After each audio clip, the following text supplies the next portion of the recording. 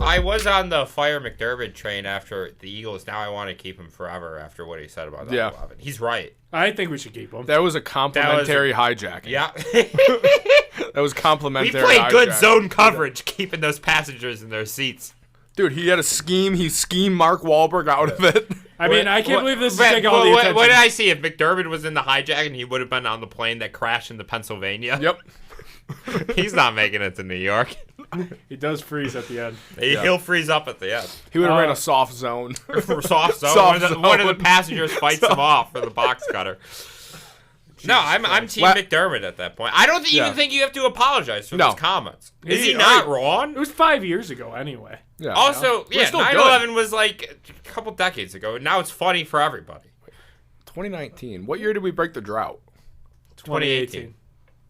Oh, so that was the year we were bad. Yeah, it was the first year we got Josh.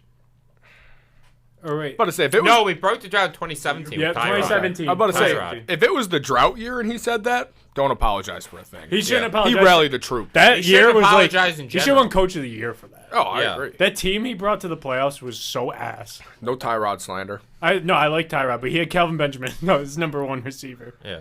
And Zay Jones. Zay Jones is great. Not number 2. Yeah, he is. He's not number 2.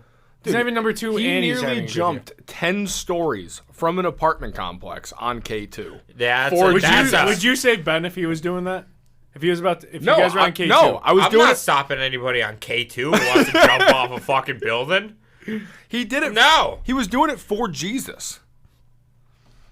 Yeah. He was doing it for Jesus. How do you know Jesus didn't tell him to do that? I guess I can't. And those hijackers were doing it for Allah. Oh, is Jesus Christ the hardest name of all time? No. It's a pretty tough name. What do you mean, like the hardest name? Your name, Jesus? Like it's a good name. Jesus Christ? I don't know. No. What do you think? Uncle Ben with the rice? That's a better There's name. that guy at ECC whose name was God's Gift. God's Gift. That's Yeshua. stupid. Yeah. I think was his first name God's and then Gifts? No, his first name was God's Gift. That's stupid. Don't tell me he has a nickname, but Kool-Aid McKinstry is the best name. That is a good one. When I was like 4 years old, I thought like a cool name. The name of my son would be like Spike. Spike Razor. Comes out, gets born. He's gonna be born with a monster in his hand. I was watching a lot of like teenage. He's gonna be born in cargo pants. I was watching a lot of Teenage Mutant Ninja Turtles at the time. I'm like, I wish my son would be like Bebop and Rocksteady. Comes out and fucking like. I want my son to be a pig man with glasses who fights turtles. I'll be a proud father.